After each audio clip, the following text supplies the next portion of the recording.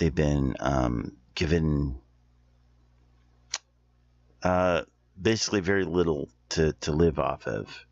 And so we're seeing the kind of the long-term repercussions of that problem. And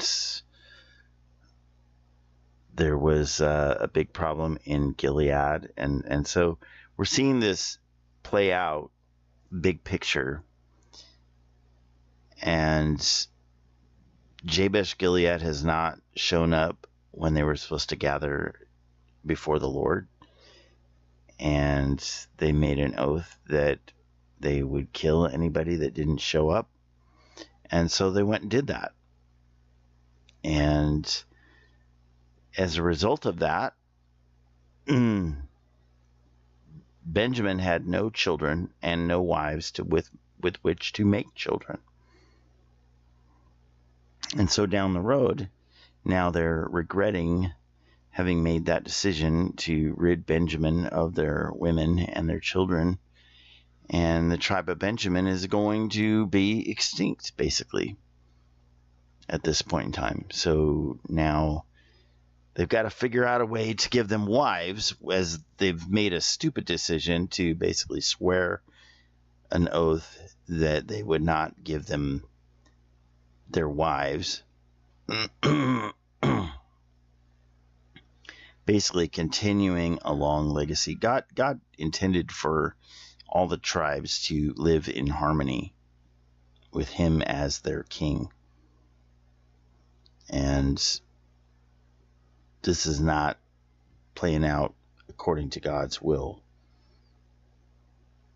And they end up going and kidnapping some women. And then they use this loophole, basically. Well, you didn't give them to Benjamin in marriage, so you didn't break the oath. And we didn't attack you, per se, so we didn't take them in battle, so we didn't break the oath. And so please give them to us graciously. It's still kidnapping. It doesn't look good. And that's where the book of Judges ends. And that's where we pick up with the book of Ruth. And the book of Ruth is gives a great romantic story, and the book of Ruth gives us the story of the kinsman redeemer, which is a type of Christ as well. Anyway, if you guys have been following along, let us know if there's anything in the scripture that we read that jumped out at you.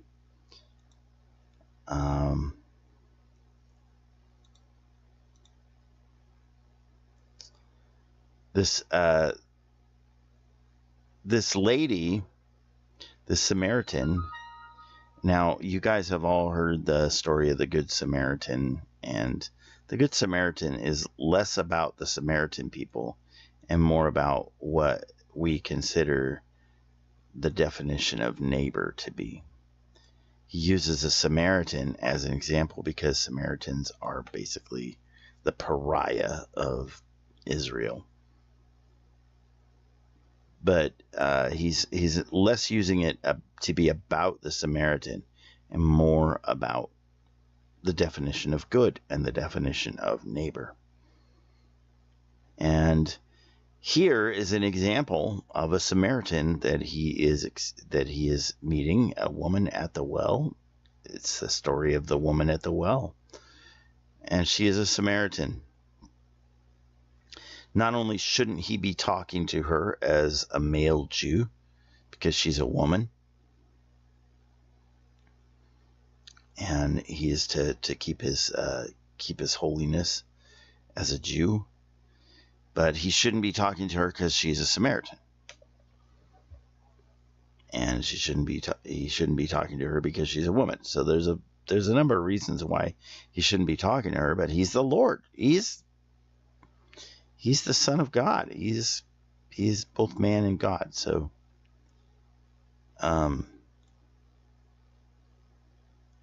very, very famous passage.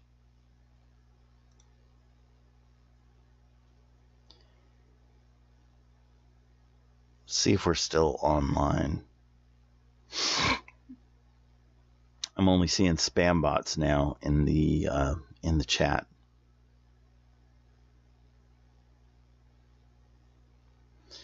I think I might have to go get a new cable for this setup, because the one cable has been out in the weather, and it may be that we are losing some of the integrity of our internet cable.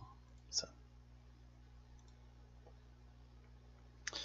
Umar is there in the chat. Good morning. Welcome to the live stream.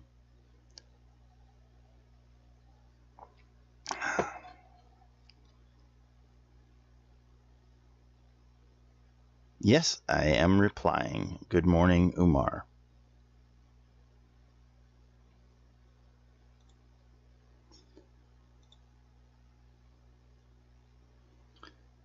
Jesus gives this demonstration to this Samaritan woman, where he says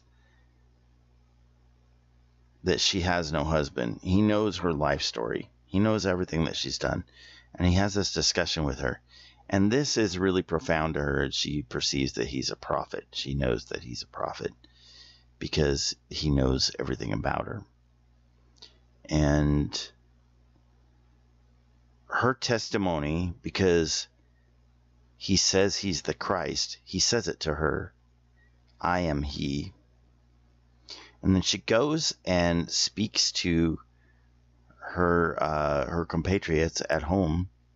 She goes back home and speaks to them and says, this is the one. Now, the Samaritans are basically of Jewish descent, and they're at least of Abrahamic descent, and they know of Yahweh, and they know of the Christ. They have read the scriptures as well. And so she knows that there is one coming. But they don't really know why they worship. But the Jews know who they worship and why. And Jesus explains all that to her. That testimony ends up going back to Samaria, where this woman goes and speaks to all of her countrymen. And then a whole mob of people come to seek out Jesus, because they've heard that he says he's the Christ, and they've heard that this woman had her whole life read back to her by Jesus. So they come presuming that they're going to meet the guy who claims to be the Christ, and they want to find out. And so that's where this New Testament passage leaves off.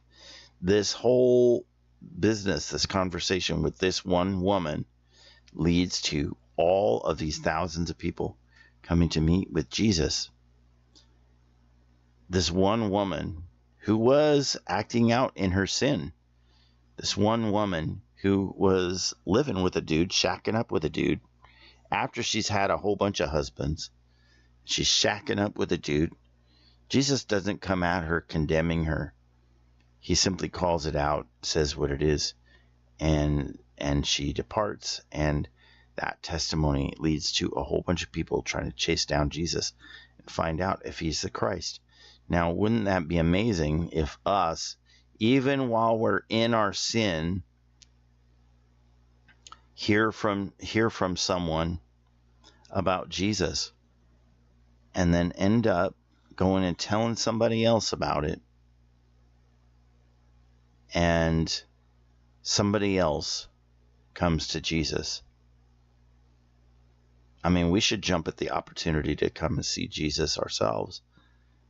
But here's Jesus speaking to a woman who is acting out in her sin, and it doesn't say whether she feels corrected by it or not, but he does definitely know her whole life story.